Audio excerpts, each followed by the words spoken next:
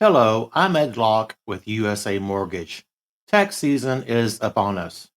Did you know that 47% of Americans are planning to use their tax refunds for everyday expenses, home improvements, and vacations? What if you used your tax refund for a new home instead? Again, this is Ed Locke with USA Mortgage. Your tax refund can be used towards down payment, closing costs, or paying down existing debt to help get approved. So before you spend that tax refund, let's get together and see how to best utilize those funds to invest in your future and your new home. Call or text me at 502-680-0953. Again, that's 502-680-0953. NMLS ID 448908, Das Acquisitions LLC, doing business as USA Mortgage, NMLS ID 227262. This is not a commitment to lend. Additional terms and conditions apply. USA Mortgage is an equal housing lender.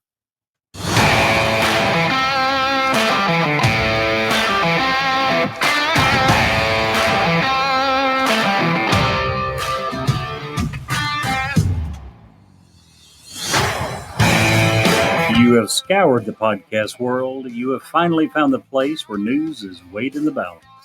Welcome to Newsworthy with Steve and Jerry. 2 words and 2 question marks.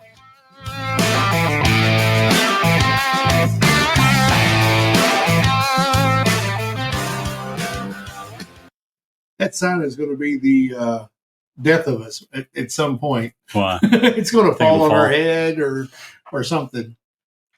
That will not be good. No. In case anybody's wondering, we have a beautiful on-air sign, but it's placed right above our head. And we have to hit it in order to get it to come on. And yeah, that's bad. Bad. Hey, it's Wednesday, Jerry. But it is beautiful. It is beautiful. I like it.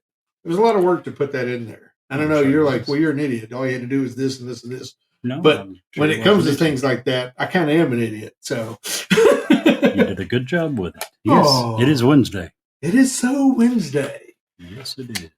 The good news is it's Wednesday. We get to do a podcast. That makes me happy. The bad news is we have no wine.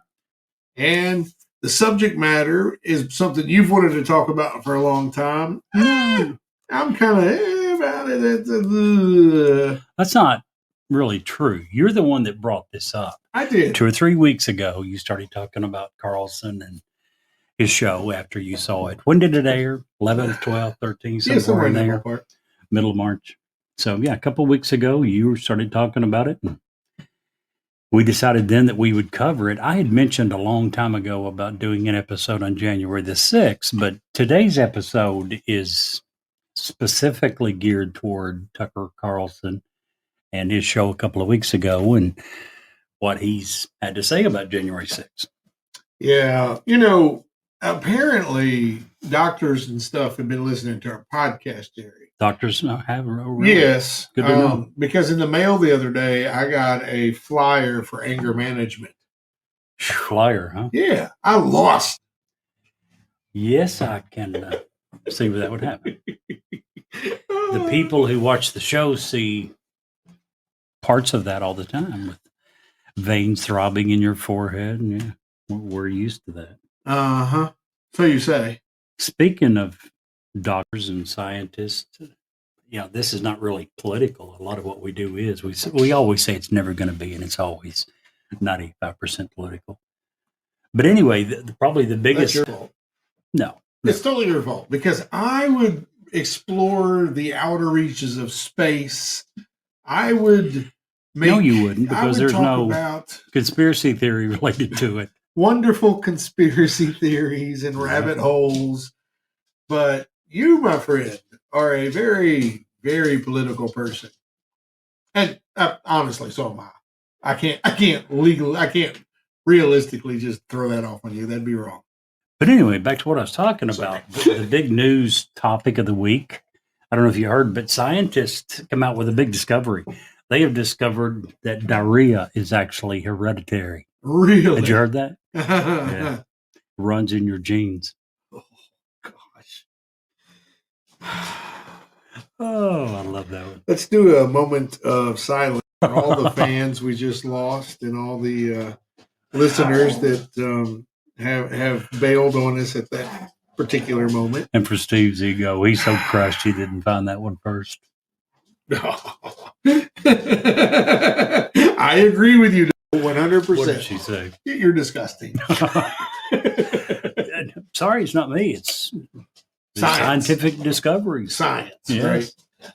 Oh, my dogs are having a full-on battle royal in there. Yes, they are. Eddie and Ramona. I'm going to shut that door, Jerry. They're loving every minute of it. While you're doing that, I'll tell them how they can reach us. Yes, please do. They have a couple of options. One is to email us. They can do that at newsworthywithsteveandjerry@gmail.com. They can also text us on our text line at area code 540-709-1318. So, have you woke up today and chosen violence? Or are we going to have wonderful debates? Or what? How was your week? Let's just start with that. Did you? Till I heard about the big news scientific discovery. That was a little bit of a downer, but see, other than that, yes. Now, I had a very tiring week. I've been very busy at work, both works, and it was good, but whew, I am getting wore down a little bit. I'm going to have to take me a good mental break very soon. There you go. But would also like to say kudos for your murder mystery that you guys had this past weekend. Yeah, it was a lot of fun. It was a very fun night. It was. I actually enjoyed that hairstyle that I wore for that evening. I might why don't you have it again? Well, it's a lot of work to put in that kind of wonderful fashion leading hairstyle. I mean, if I start wearing my hair like that, I thought the mullet coming back was bad. That hairstyle coming back could top the mullet. I'm just saying. It could. For our listeners, should you decide to have that next week, I will make sure that I take a picture and include it with the podcast. If you don't want to be identified, that's fine. We can do from like your eyes up, just the hairline. So what do you think? Were you game for the picture?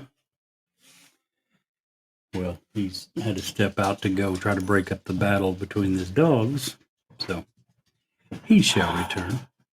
When we decided to start doing the podcast at my house and we built the studio here, I forgot all about the dogs being a part of it. So they're just we're going to have to get them a mic and they can just join in. Oh, they would happily oblige. Eddie is very fond of you, which is good.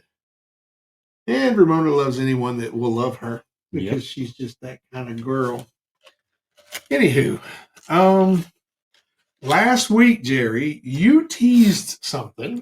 What's that? We had the music. Okay. And it never happened. We're going to play the music. Well, it actually did happen. I tried to summarize from memory, if you remember, and did a pretty good job. We shall find out exactly how good in a moment.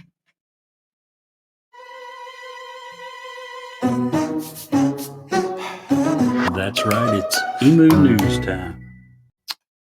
Last week, I had forgot to include my Emu News before I uploaded my file to Google Drive, which is when I come over here with my laptop, I pull it up in Google Drive. And since I hadn't included that with my latest update, it wasn't there. Did try to summarize it, and we'll see how close I got. A large pet bird that is normally native to Australia called a ruckus. That's exactly what the news article said. It caused a ruckus south of Boston, Massachusetts, after escaping from her home, the Associated Press reported. The bird is an emu. It's the second tallest bird on Earth after the ostrich, its close relative. The flightless bird apparently managed to get loose on Thursday night in East Bridgewater and led police on a chase through Brockton. Surveillance video showed the emu strolling through an intersection in Brockton, which is about 20 miles south of Boston. A separate video posted on social media then showed her running alongside a car, various outlets reported. I'm telling you what, that would just be scary as crap. These ugly friggin' birds, and you look out your car window one day and here's one of these things trotting along beside you. Yeah. Those are really ugly birds. They are. Very, very ugly birds. Hey. Man. So, do you just want to go on and get into the topic of the day? Why not? All right. It's a large topic. A lot to cover. They are. She said she is no longer listening to you. No kidding. They're fired up today. Why don't you go ahead and start, boss? You know where you want to be on this. I do. Shoo them away. Yes. But I really think you should. And I'm serious, and here's why. I'll go first if you want. But if you don't go now, you might not have a chance. I've got so much material for this that I want to make sure I leave you plenty of time.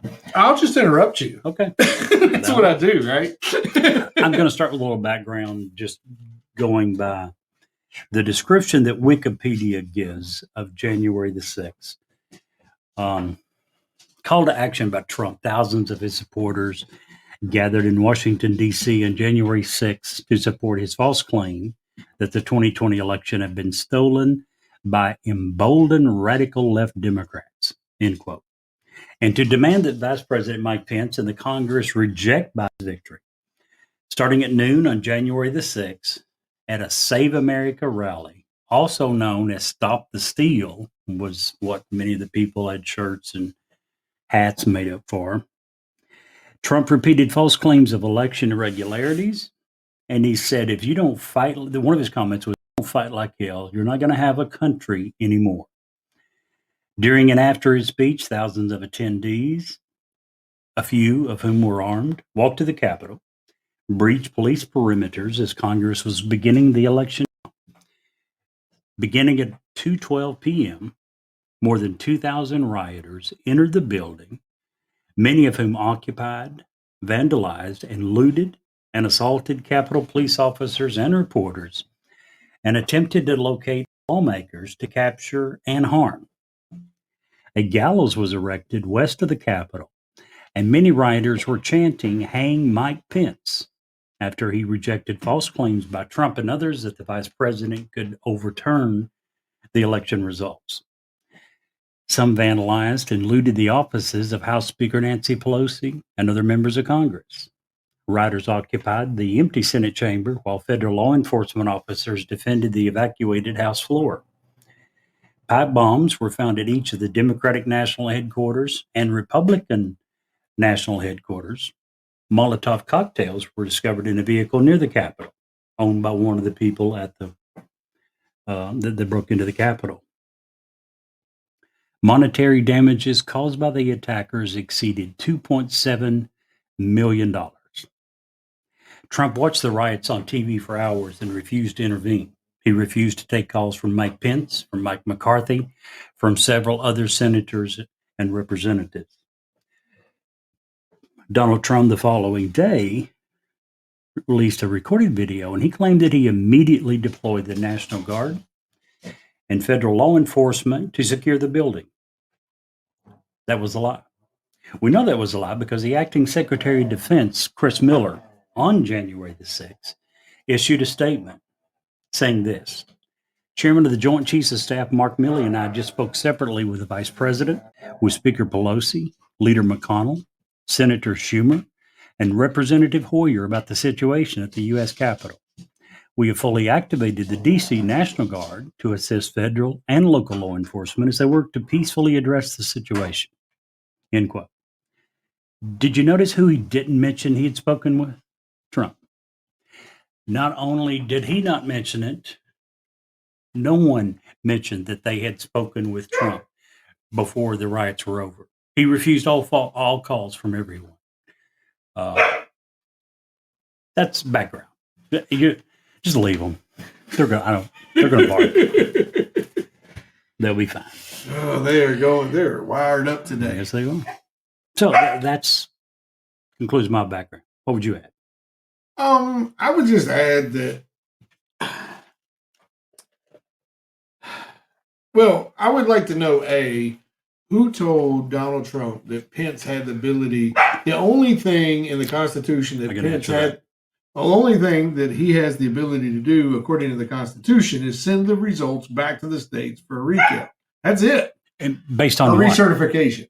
Based on what? I don't even know the stats, but I just know that that's the only thing Pence can even do. And I don't know how that Trump in his mind thinks that helps him. Well, there was no legal basis. There's not one attorney who has went to court with a legal rationale that any judge anywhere ever said that any of this had a legal basis. So if you want to know who told him, he had Sidney Powell that he was listening to. He had Rudy Giuliani, and we know that we don't know what they were telling Trump personally. We do know that they got on television and said some really crazy stuff. So my guess is they were probably saying some of this crazy stuff to Trump. Again, that's simply assumption. We don't know what they were saying in private.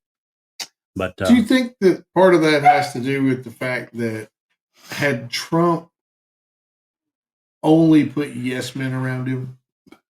Absolutely not.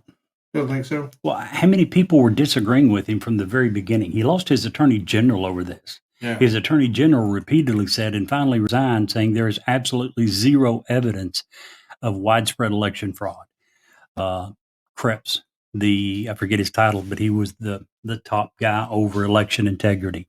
Afterwards said numerous times, this is the most secure election in the history of the United States government. This is not what some liberal Democrat is saying. This is what Trump's people were saying. This is what his team said. Mm-hmm. Mike Pence, his vice president, repeatedly said that the election was just, the election was valid, and that there was no proof of irregularities anywhere near the point of being able to overturn one county in one state, much less the overall election. So I think this was simply Trump being Trump. I think this was Trump refusing to accept anything except for victory. Keep in mind, he did the same exact thing in 2016. In the days and weeks leading up to the election, he said it was a totally rigged election. He said it numerous times. He said it so many times. He also accused the Democrats of bringing in busloads of illegals to vote.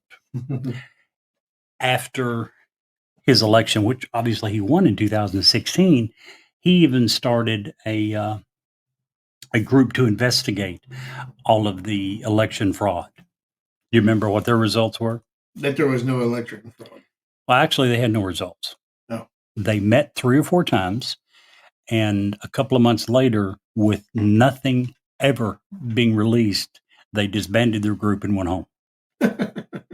They had nothing to say, nothing, not one single thing to say. This was the group that Donald Trump appointed. So do I think it was due to Donald Trump surrounding himself? No, I think it was Donald Trump being Donald Trump. So. Fair enough. Have we covered the background? Yeah, I think so. Okay. Tucker Carlson was given access to, I'm not for sure if it's 40,000, 41,000, or 44,000 hours. I keep reading different numbers. The number I had last was 44,000. That's what I had written down.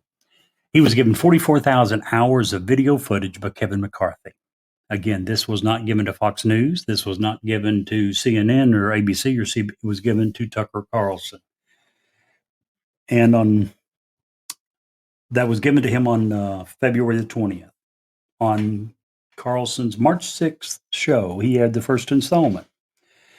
And Tucker Carlson had selected footage that showed protesters standing around the Capitol, basically doing nothing. And he argued that it proved that they're not destroying the Capitol. They obviously, in his words, revere the Capitol. He failed to mention over 140 police officers were assaulted. He failed to mention that over $2.7 million in damage was sustained during the attack. He showed very few shots of the hand-to-hand combat. He did show a few of people breaking windows and busting down doors, but very, very few. He emphasized imagery of the invaders, some in combat gear, some were wielding flagpoles that they were using to knock down doors. But he had pictures of them standing around, taking pictures during pauses of the hours-long attack. Carlson had this to say: these were not insurrectionists. They were sightseers. He had another point, called the rioters peaceful and respectful, orderly and meek. In retrospect, he said, it is clear that the 2020 election was a grave betrayal of American democracy. Given the facts that have since emerged about that election, no honest person can deny it, he added. without giving any facts or any specifics.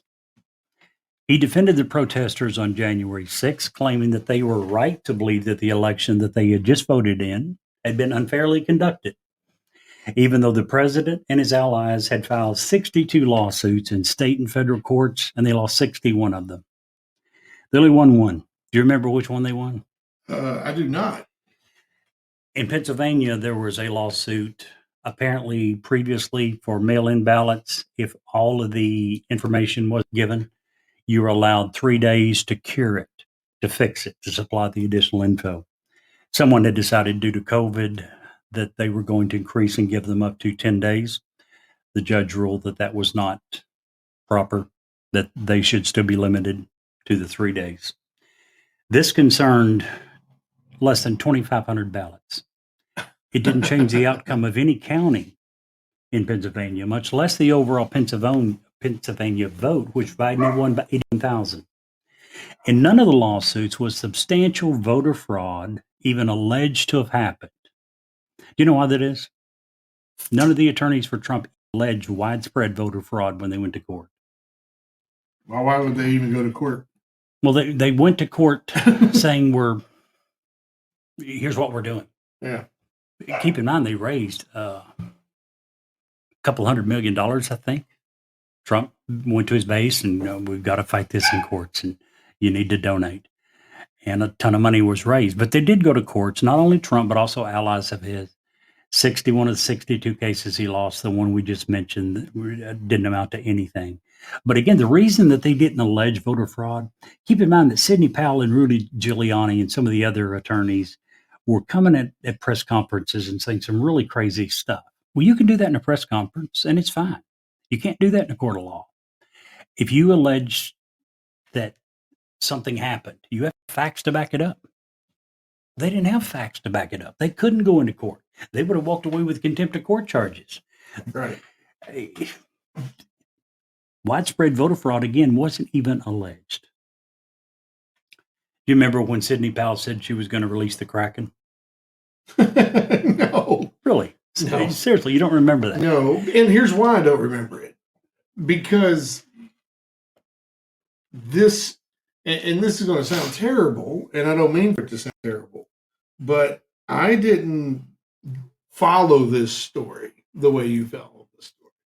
Well, I just watched it on television. The thing that got me really started following it is when Trump continued to say that the election was stolen. He had won it bigly several times. 75 million votes is what he said he got. Which he probably did. I'm sure. The problem is Biden got 81 million. Gosh, I just can't believe that. Here's the point. Biden didn't get 81 million votes. He had that many that selected him, but they weren't voting for Biden. They were voting against Trump. After 4 years, I think they knew that this crazy person couldn't be allowed to continue. But, well, that's a different topic for a different day. Carlson also raised doubts on the death of Capitol Police Officer Brian Sicknick.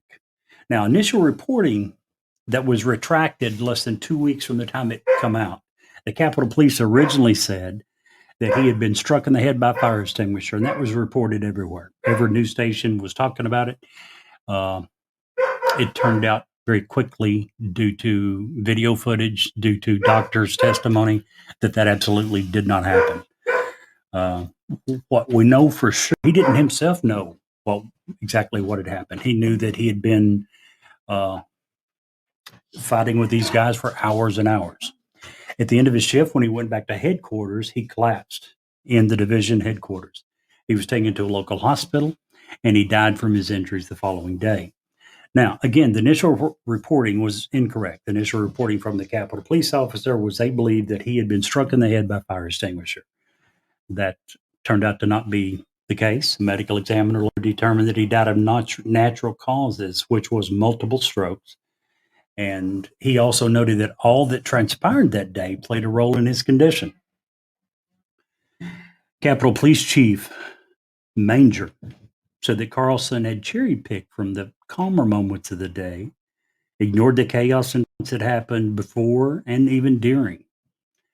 The Sicknick family said in a statement that the footage simply showed that he had resumed his duties for a time after he'd been attacked. I know you just got back from training. Calm the dogs down man, yet I again. tell you what, it's hard to concentrate with a bunch of loud dogs barking all the time. I apologize for that, and apologize to the listeners. I wanted to stop and give you a chance. I just went over Brian Sicknick, the guy that the one police officer who died that they had originally said was hit in the head with a fire extinguisher. Turns out he died from multiple strokes.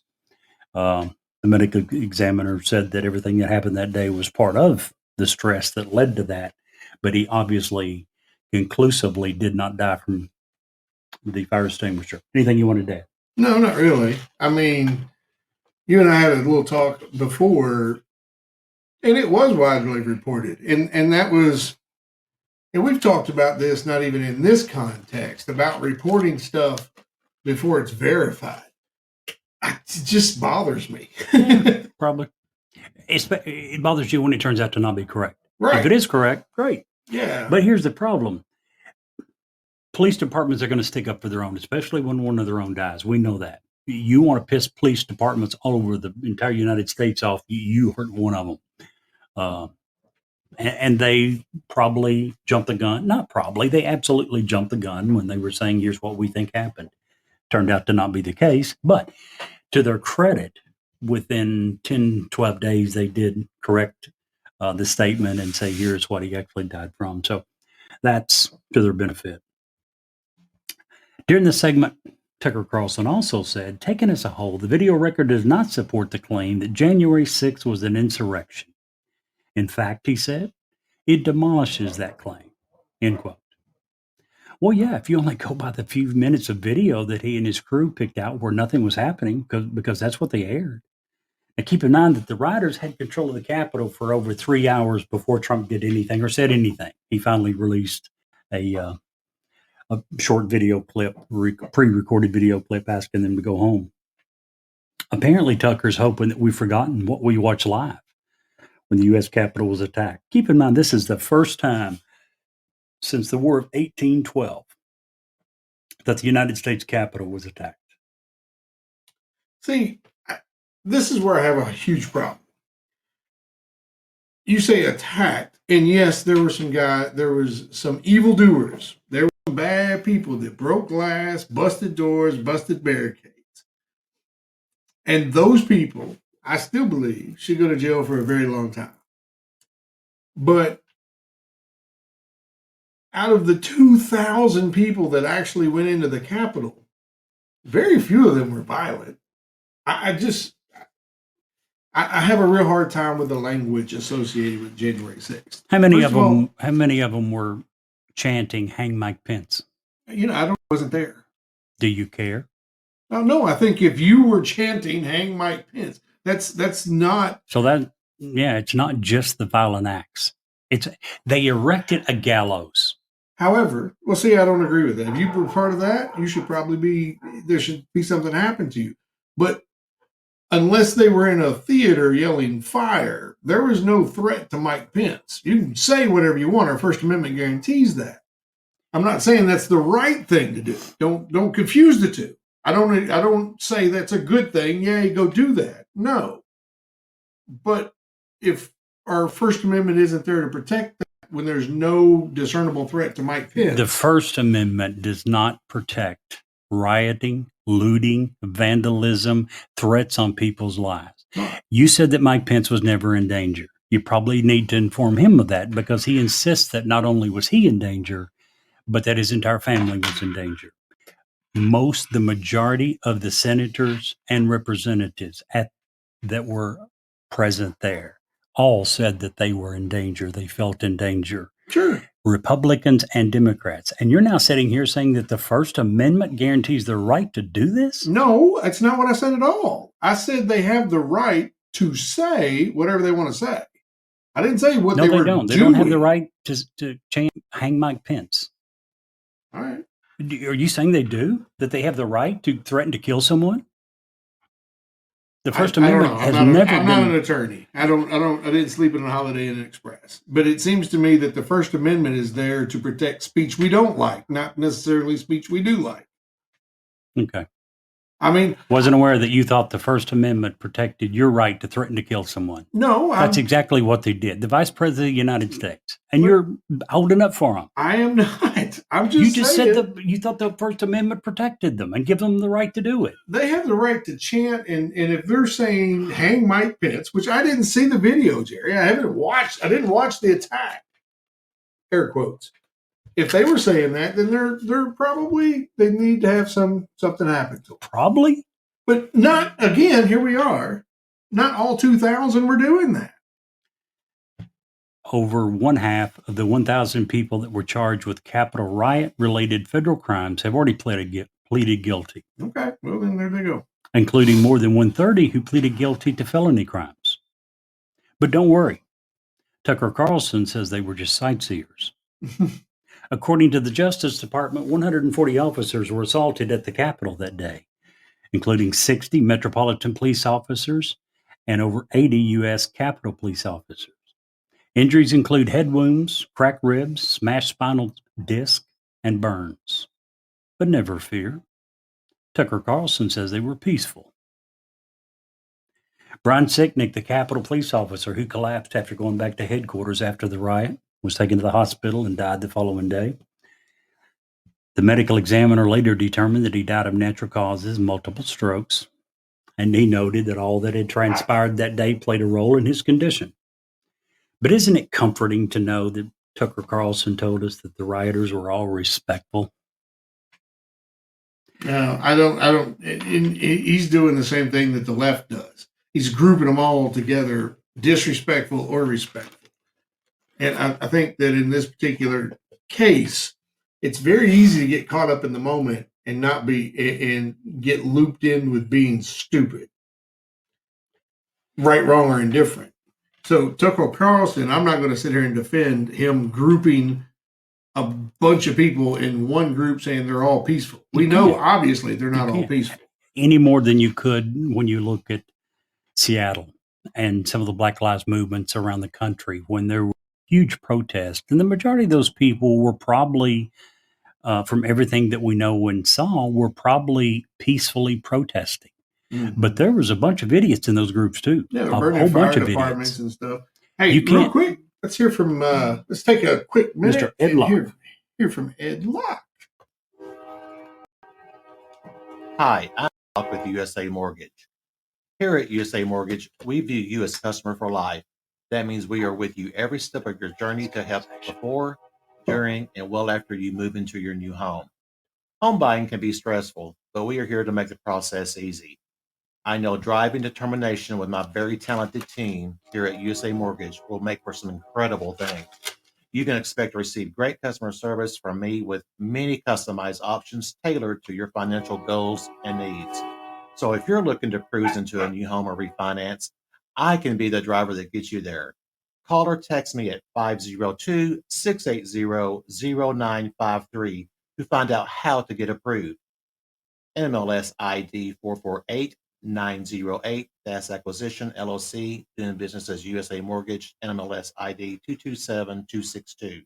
This is not a commitment to lend. Additional terms and conditions apply.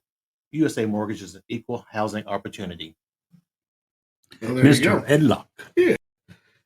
Very good guy. Yeah, he is. And we've got some new advertising coming up with Ed. Me personally, that we're going to be doing here locally and stuff. So I'm really excited to continue that. We'll probably get some new ads for him on here pretty soon. And that's just good stuff. I really like Ed. So anywho. So I was just sitting here while you're talking, and I appreciate your knowledge on this. I was reading the actual whole report from the January 6th commission. And you know what really bothers me is that it is even written in some form in a very, and this really has nothing to do with January 6th. I am so tired, be it Tucker Carlson on the right, be it anybody on the left, Nancy Pelosi, whoever on the left, or Rachel Maddow. I am so tired of the division. I mean, it is almost to the point when I hear news and I have to go and decipher it and figure out which side I'm listening to see. Figure out which side is shaking the jar. It just makes me so freaking angry. And that's what this is all about. January 6th was a direct result. Trump, for all intents and purposes, he may have been the one shaking the jar that day. Okay? He may have been the one. Now, I heard his speech before all that happened.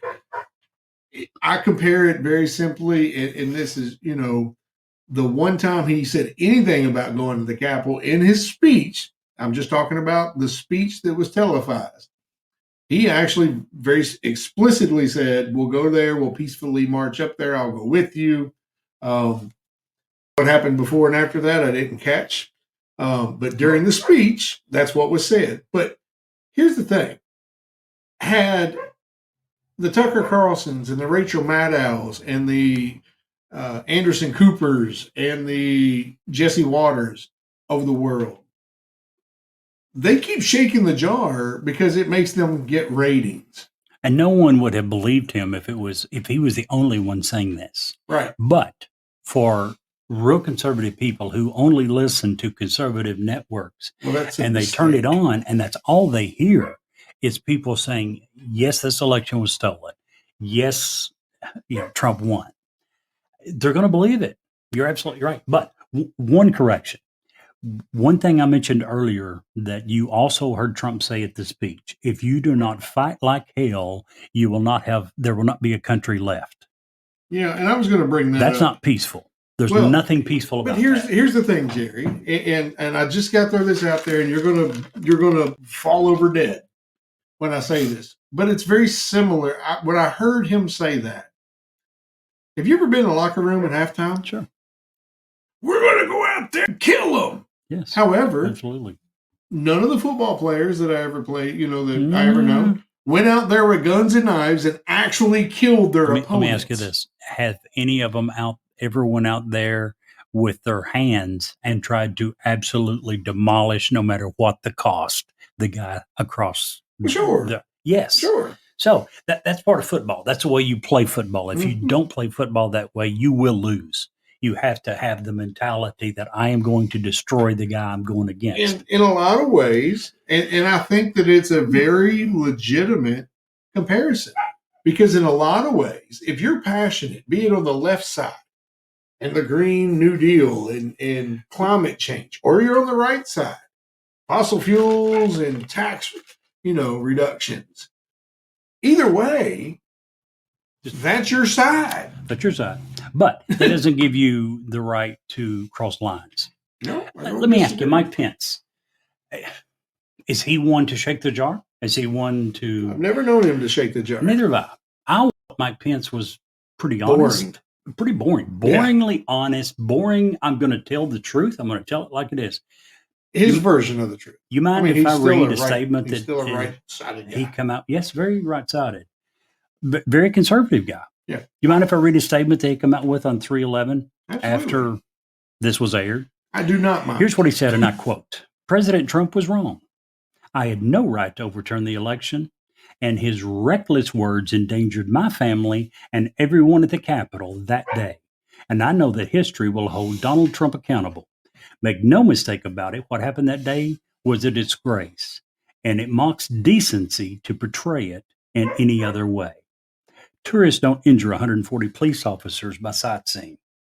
Tourists don't break down doors to get to the Speaker of the House or voice threats against public officials.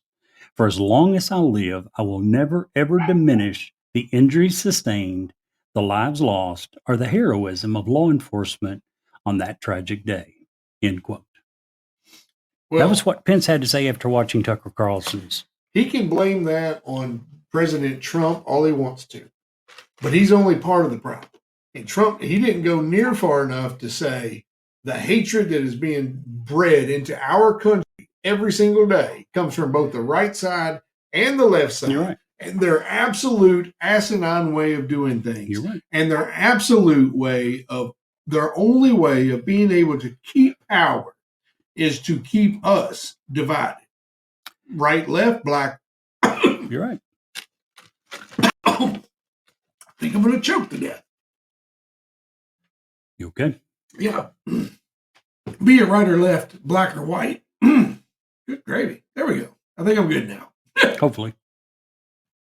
And that's what when you look at Washington, when you look at the media, take both of them, okay? Because to me, they're all culpable. They're all the same level. That's their whole goal. I very rarely see any politics, and I like a few politicians. I like Thomas Massey. I like, I've said that on 100 I like Mike times. Pence. I like Mike Pence. I like Joe Manchin. Just so we have Tulsi a good... Kristen Sinema. I don't like It's not her just so one much. side. I don't like her so much. Really? You used Yeah. to. What happened? Well, she won't quit calling me. It's kind of annoying. Okay. Anywho, but other than even they will They're prick partisan. that bear. Absolutely. They're partisan. When are we going to get back to the people? I don't think we've ever been there. So when you talk about get back, I mean, when you look at politics and you begin to read political history, this stuff is probably, it was much, much worse 100 years ago. Sure, because we didn't have any way of reporting it. They could get away with a lot more They stuff. did some crazy crap back then. They really did. We had literally presidents that were dueling people. Within the last 60 years, we had a president who would quite often at press conferences unzip his pants and pull out his member and dare the reporters to take a picture of it. And if you want to know who it was, look up Big Johnson, who had the nickname. Yeah. He would Are often... you kidding me? He would often... There's some stories. Now, have you heard any of the stories about what he would do to intimidate world leaders? He would have a friggin' meeting. He would have a bathroom next door. He would go to the bathroom, leave the door wide open, and then they're shaking it up. Yes. So, sorry, I didn't mean to change the gist of what you're saying, but when you say we should go back to, I'm thinking, holy crap, But you know what we had then that we don't have now? What's that? Actual leaders. People that... A few. I mean, but we also had a ton of the assholes. Yeah, I mean, we still do. Here's my question to you. You were saying that Mike Pence could blame Trump all he wanted. Why didn't Trump, after this started, why didn't he call the National I have no Guard? idea. And I think that's a huge mistake. For 2 hours. Yeah, I don't think that was hedging his bets. And I'm not making excuses. It's I'm not Mike saying that's what I Pence. agree. It's his vice president and his family that were there. No, I get it. But we got to think about what Donald Trump's main derivative is here. There's one thing that I can't get over. You're right. When I look at his speech, you can reframe and take into a certain context, and you can excuse everything that was said if you put it into certain context. Sure. There is no way in the world I can justify Donald Trump sitting there watching television, watching just a few blocks away, watching what we watched, and not calling in the National Guard. Yeah, I think it's stupid, and I think that will be that will probably... See, I say that should cost him the election but I have a feeling that a certain attorney general in New York is about to guarantee a Trump victory in the next election. You think him being arrested would guarantee a Trump victory? Trump landslide. Absolute landslide. No, not even close. It's not going to happen. No, I think it will happen. No, it won't. Today, one place or the other. There's like 3 going on. You know that, right? Yeah. Today, exclusively, the Secret Service said, we're not going to allow you to take a sitting president into custody. The Secret Service cannot say that. They can, because they do not have the legal power or authority to do that. They do not. No one's above the law. Here's what happens. Here's how they have. Let's just follow it down to the end for just a second. Okay. So the president is guilty. First of all, the attorney, and I don't want to get into the weeds too much. Good question, Mochi. Mochi is going to get it. First of all, the statute of limitations on what the DA in New York is well past. It's like 6 years past. Statute of limitations for a very personal thing like this is 2 years. Very personal thing? Yeah. He's trying to say that the payment to Stormy Daniels was a campaign. An illegal. Well, it wasn't. which the feds already looked at and said, hey, that's stupid. We're not going to fool with it. That's Feds why did not say that. they did say that. What Fed said that? The people that looked at it when it was first brought up when he was reelected.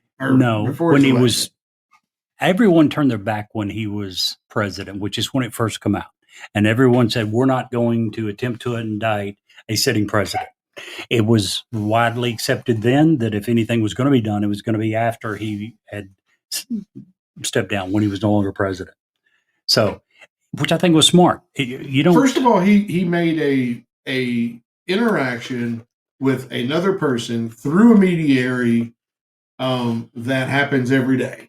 I don't want this smut on me. We're going to settle it, and that's that. We're sliding. It happens with politicians every day. Well, sure.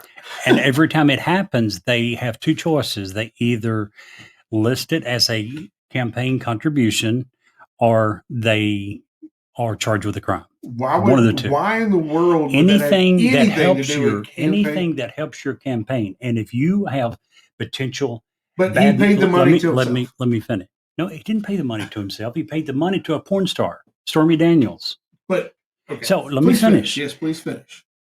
If there is potentially bad news and you pay money to make it go away, you have done this to help your campaign. According to law, that is required to be listed as a campaign contribution. Plain and simple, not for Trump, for every single politician in the world. That's such a stretch. It's been that way for many years. So I don't know why you suddenly have a problem with it. Because it's being put against Trump. Do you not agree that hiding bad news would help your candidacy? I do agree that hiding bad news. Well, guess what? Any money paid to help your candidacy has to be reported. Okay. Well, I didn't want to get in those weeds anyway right now. But the point is, the statute of limitation is well past on that, Jerry. Past. Really? For illegal campaign contributions? I'm almost certain of it. I heard like 4 different reports about it today. Then what would you care to bet? If you're that sure, what would you care to bet? I don't know. I'll bet you an ice cream cone. Well, you already owe me 37 cases of ice cream. Well, when I'm ready for you to go into the next realm, I'm going to pay up all at one time. You owe me like a half an ice cream factory at this point. Let me get back to some of the other things. By the way, I don't know if you've noticed, I'm not using anything that any Democrat said against Trump. I'm only using things that Republicans and mainly people on his team, meaning his secretaries, his handpicked team, judges that he appointed. We'll get into that in a little bit. Talked about Mike Pence. Former Trump chief economic advisor Gary Cohen said Sunday on 312 he agreed with Pence's comments about the January 6th attack. Look, that was a shocking day in the history of this country. We continue to be reminded about January 6th, and I think we all will live with it and all live with the memories of what happened on January 6th. That's what Gary Cohen said on 312 the day after Mike Pence had his comments.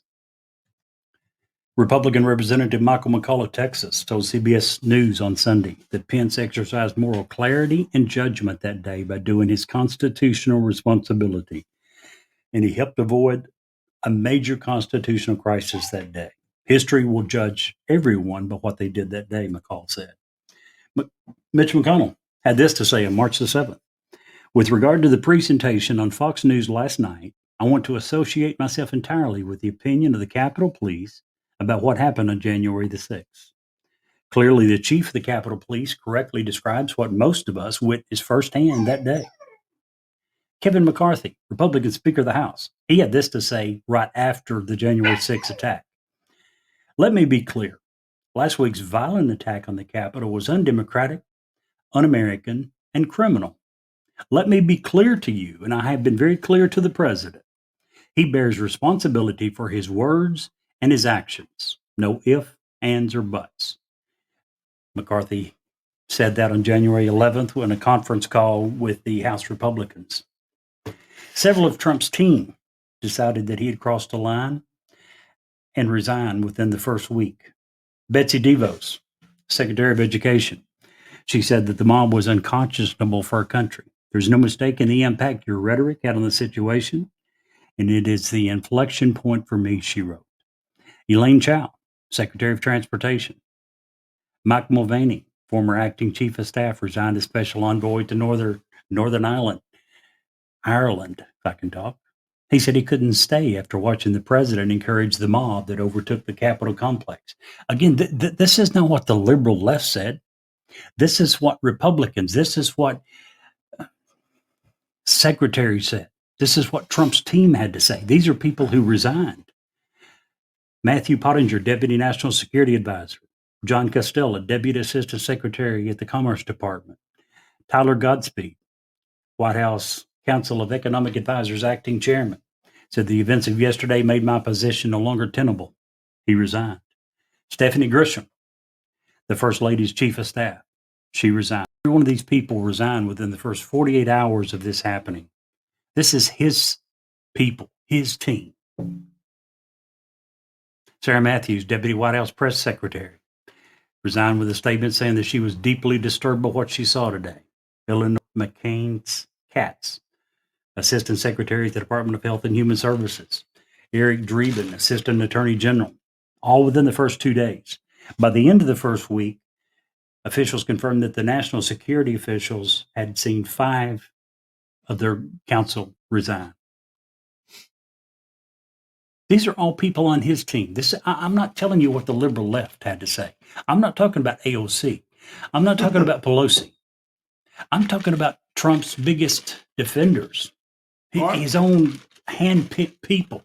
This is what they had to say about Donald Trump on January the 6th. No, I agree. I've told you, I don't think that he did the right thing. I think that by not shutting it down as quick, at least make a statement. We wouldn't even be having this conversation as soon as they started to say, hey, guys, this is not what we're supposed to be here to do. Oh, and you forgot? He did make a statement. 20 minutes after the initial break-in, Trump tweeted. Would you like to hear what he had to say? Oh, I know. I just read it. But go ahead. He said, and I quote, Mike Pence didn't have the courage to do what should have been done to protect our country and our Constitution, giving states a chance to certify a corrected set of facts, not the fraudulent or inaccurate ones which they were asked to previously certify. USA demands the truth. 20 minutes after the break-in. If that's not encouraging these people and telling them that they're right and they're trying to rectify a wrong, I don't know what is. At 4:17 p.m., when he found out that Mark Milley they had called in the National Guard after talking to Pence and Pelosi and McConnell, then he released a video and he said this: we had an election that was stolen from us.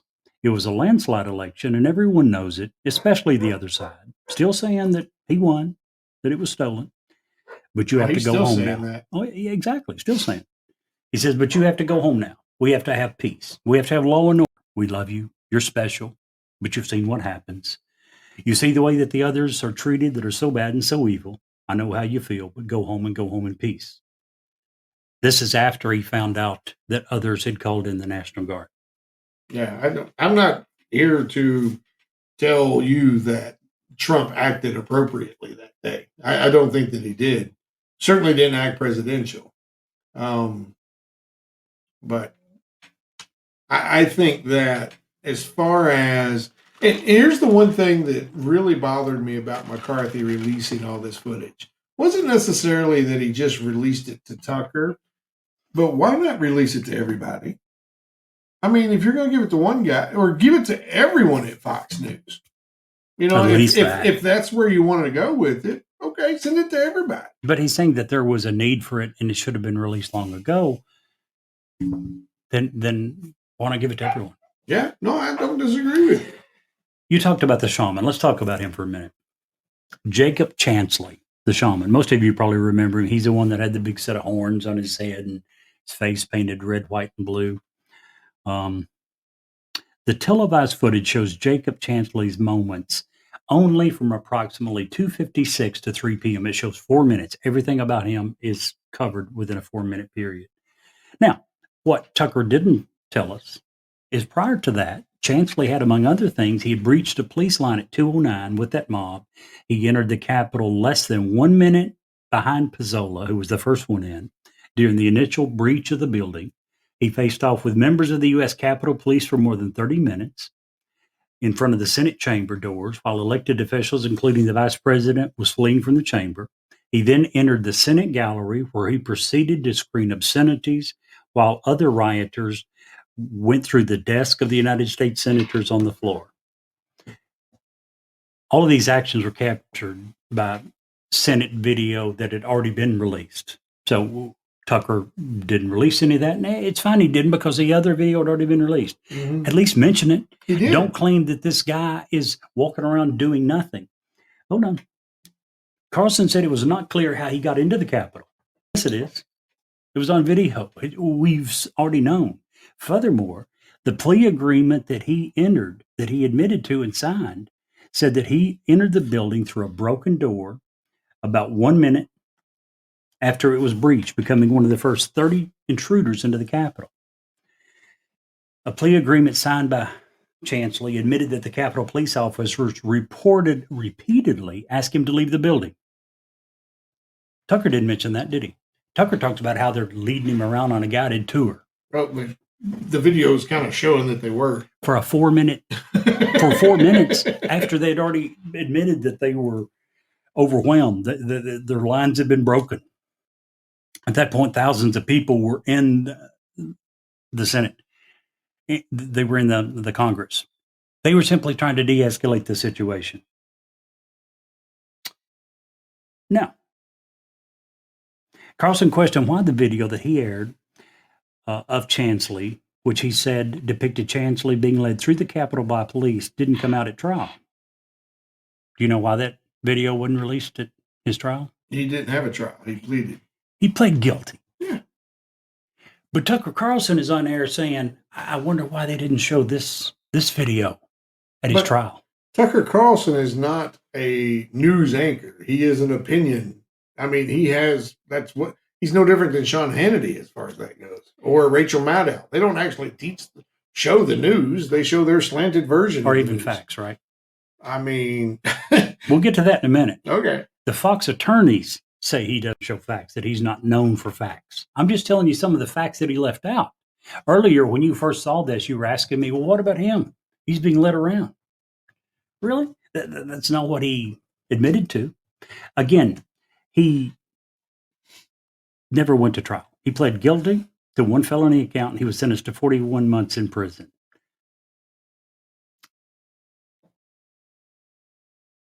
Now, let's see where I am.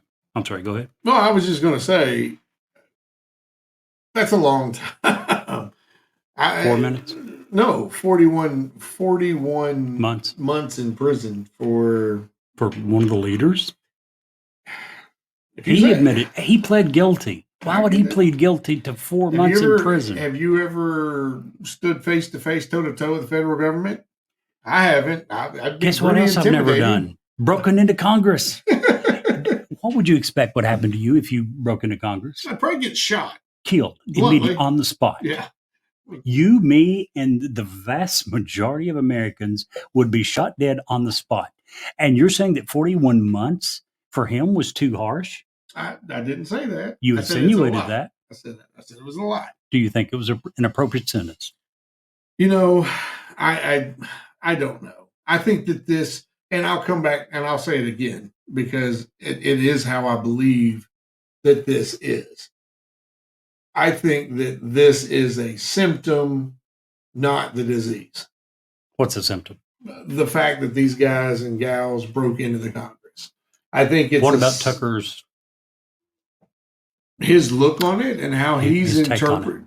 I mean, he is a right-wing pundit. What's he supposed to do? He said repeatedly that the people who believe the election had been stolen from them were correct. What's your take on that? No, I don't believe the election was stolen, although I do find it really, and here's why people think that, Jerry. At 10 o'clock at night, at 11 o'clock at night, at 12 o'clock at night, at 1 o'clock at night, Trump is winning big in all these states. No, he's not. At 4, between 3 and 4 in the morning is when he loses this election. Steve, quit getting your news from Facebook. Quit getting your show me what you just said. I was happen. awake, Jerry. So was I. So was the majority of America. He was not leading comfortably.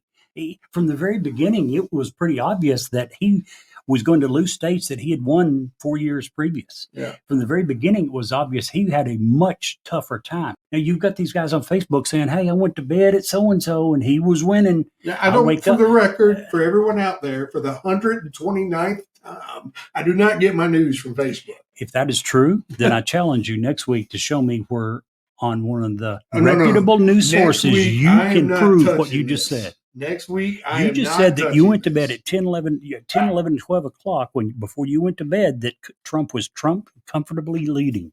Show me a reputable news station saying that. Back to Tucker Carlson.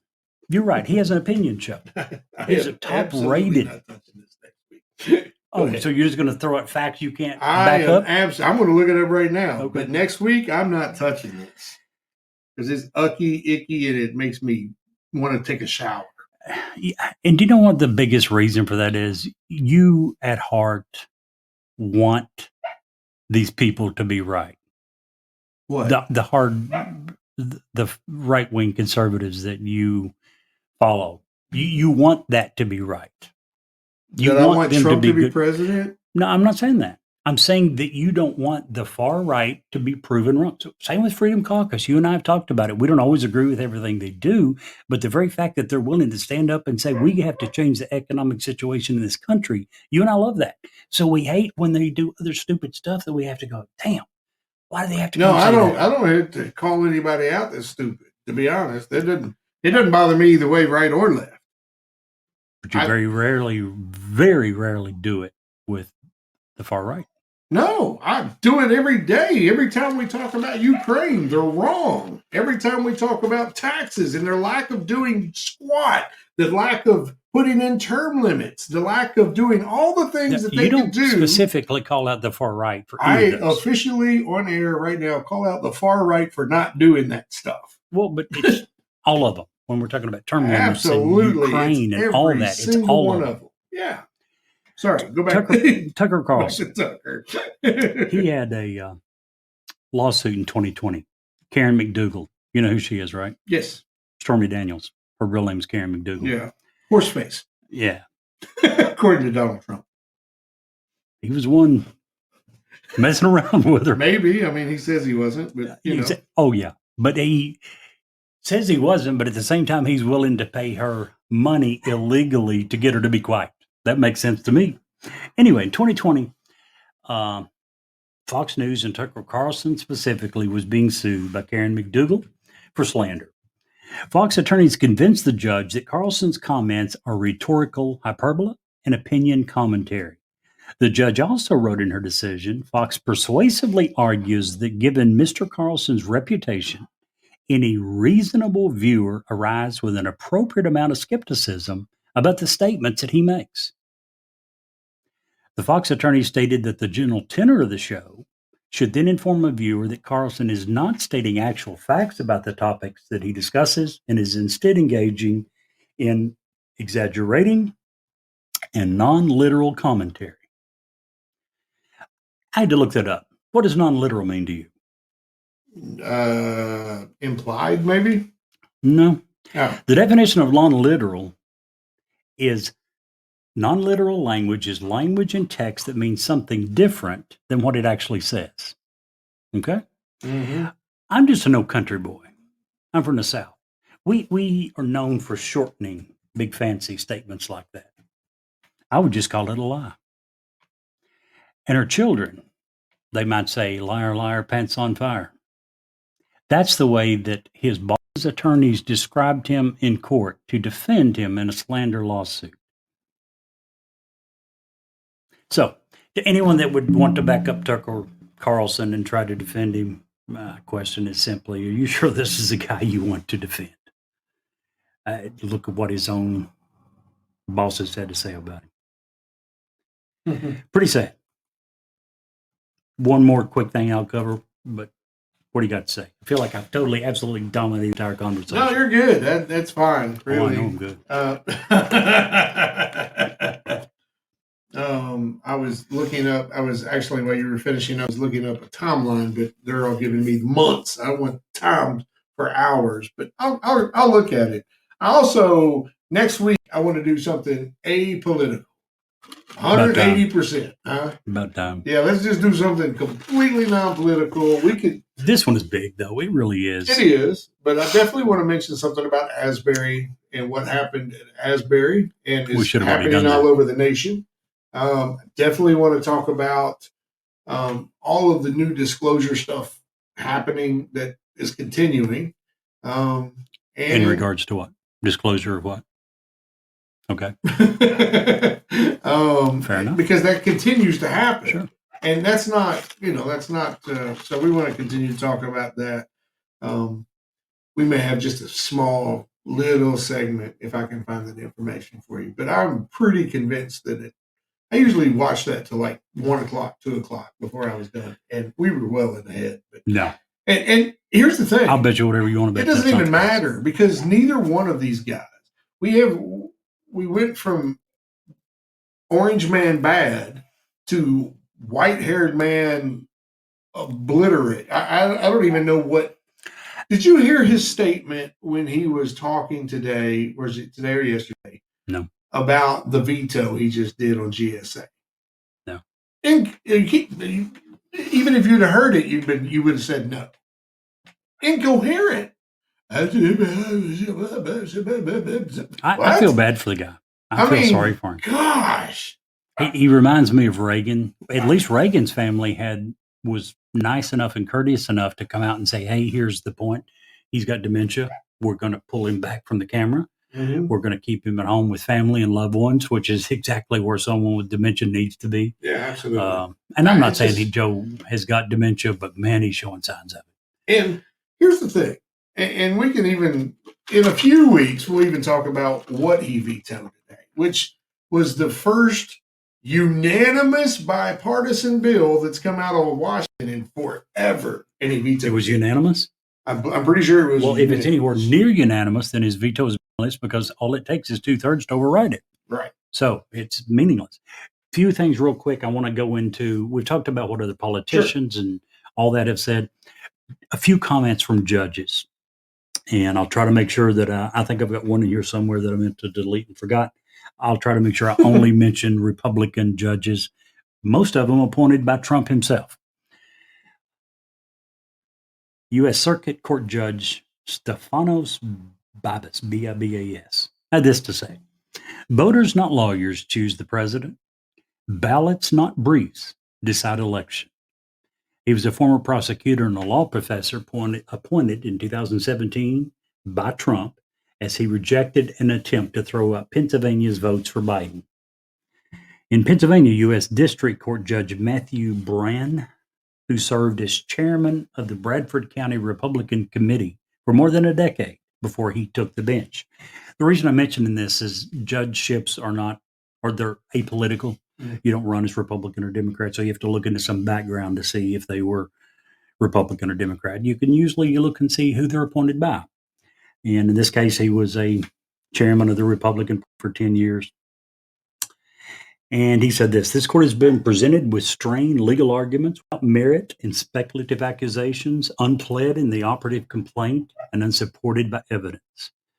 In the United States of America, this cannot justify the disenfranchisement of a single voter, let alone all the votes of its sixth most populated state.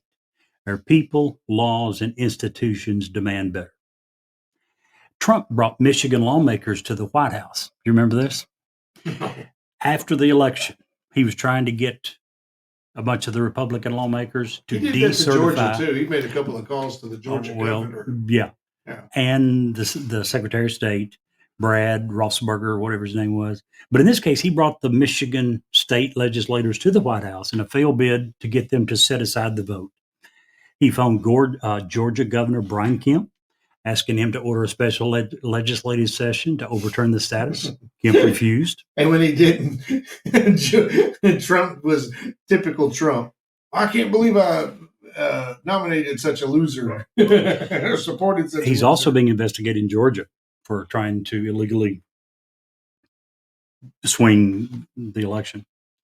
Trump also called Pennsylvania Republican House Speaker Brian Cutler, who told Trump that state law did not give the legislature the power to overturn the will of the voters. The list just goes on and on. I've got probably 30 or 40 more comments. We can go into it more if you want. But Trump attacked democracy. Trump attempted to overthrow democracy. He attempted to subvert the voters. He attempted to have courts install him as a leader. If that's not trying to overturn democracy, I don't know what is. Elections are at the very core of our democracy. He tried to throw all of it away. Yeah, and sorry, didn't mean to cut you off. I'm done. No, I don't disagree. Mochi has a question. What's your question? Apparently, she can't type very fast. Shame on her. And if only we could get call into work, we could let her call in Right? and ask her a question on the line. Well, I do have one thing I want to finish on. Sure. I want to do a PSA. Public for service announcement. a public service announcement All today. right. And this is something that I have dealt with for lots Near of and dear years. to your heart, right? Yes. More ways than one. Yes. So if you have heartburn and you have to take Tums more than once a week, go to see your doctor and get on some real medication, because heartburn is very, very bad for your esophagus. It's bad for your stomach. It's bad for all these things, which I'm dealing with on a daily basis. So make sure you go, if you have to eat Tums or take an antacid, do more than once a week. Go see your doctor. Let them know that that's going on. They'll say, "Oh," and they're going to write you a script for some sort of acid reducer or whatever. And they need to know that too, because when I told my doc that, he was like, "What? You've dealt with what?" And I said, "Yeah, I eat it." Because at my worst, Jerry, I was eating a 200 tablet bottle every 3 days. It was bad. Horrible. Yeah. So make sure you go see your doctor and take care of that good stuff. And we are way over again today. One thing real quick. Sure. Talking about a PSA, one of the very first episodes we did, you did it on the desalination project. Do you remember that one? Yeah, absolutely. So in the news today that they have updated the number of people in the world that does not have access to enough clean water. Roughly 10% of the world. 800 million people, they believe, does not have access to enough clean water. Yeah. Whether it's the what was the deal you were talking about? It was a briefcase size. Was it MIT students? Is that who had done it? And they had created and it would be good for a day's worth of water for a family of 4. Whether it's that or something else, we certainly need something. Now, Mochi asked, what's the difference between January 6th and all the Democrats and libs writing and looting when he actually won the presidency? That's a huge topic. We'll get into that because there's not a whole lot of difference. There's nothing right. I don't care if it's BLM protest. You have a right to protest. Protests are in the very backbone of America. What you do not have the right to do is cause damage. Yeah, start burning people's businesses. You don't have a right to do that. I don't care what your party is, what your reason for the protest. Yeah, absolutely. But anyway, guys, if you can't see the light, be the light.